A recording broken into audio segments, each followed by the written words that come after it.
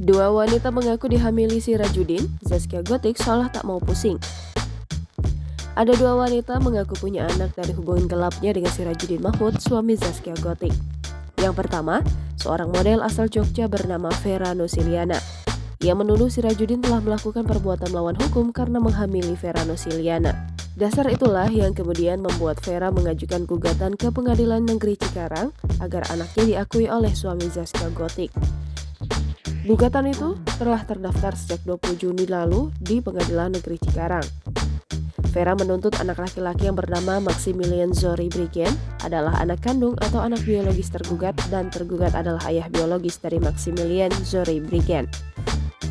Sirajudin juga diminta untuk melakukan tes DNA untuk membuktikan benar atau tidaknya bahwa Sirajudin adalah ayah biologis Maximilian.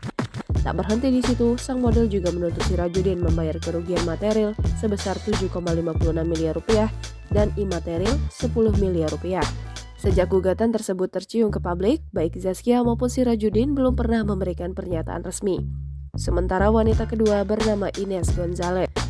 Ines Gonzalez mengaku hamil anak Sirajudin Mahmud saat Zaskia Gotik tengah mengandung 3 bulan anak pertama mereka.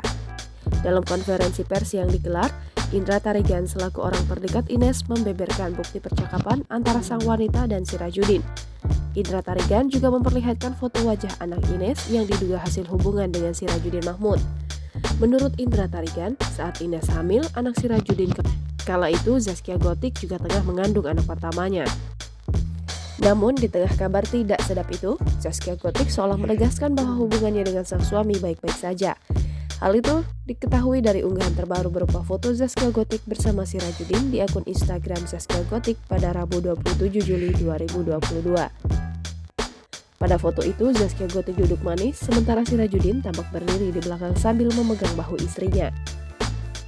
Zaskia belum lama ini juga menggelar acara 7 bulanan karena ia sedang hamil anak keduanya dengan Sirajudin. Jangan lupa subscribe, share, komen, dan like ya.